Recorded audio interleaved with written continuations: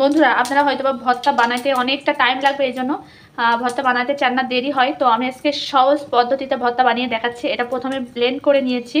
এখানে পেঁয়াজ আছে একটু, তারপরে রসুন, আদা, জিরে অল্প আছে।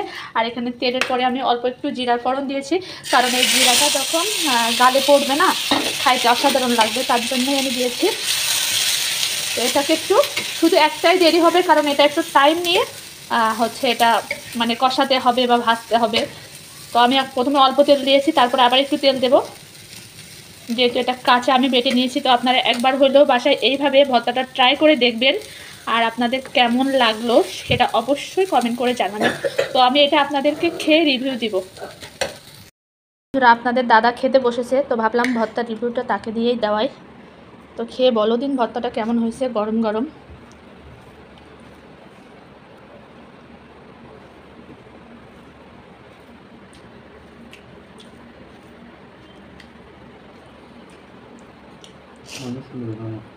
তো জোরে বলো। অনেক সুন্দর লাগছে আজকে। তো শর্টকাটে বানিয়েছি কিন্তু ভর্তাটা। মন দিয়ে বানালে সব কিছু ভালো হয়। আপনাদের দাদা বলছে কি মন দিয়ে বানাইলে সব কিছুই ভালো হয়। আসলে আমি শর্টকাটে বানিয়েছি ভর্তাটা, কারণ সিদ্ধ করতে গেলে একটু গ্যাস খরচা হইতো, তো ভাবলাম একটু গ্যাস খরচাটা বাঁচাই।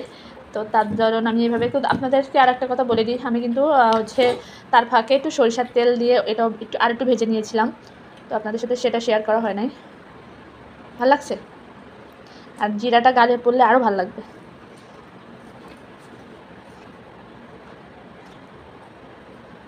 একটু শেষ আর একটু দাও। আর তো আপনাদের দাদা আর একটু ভর্তা চাচ্ছে।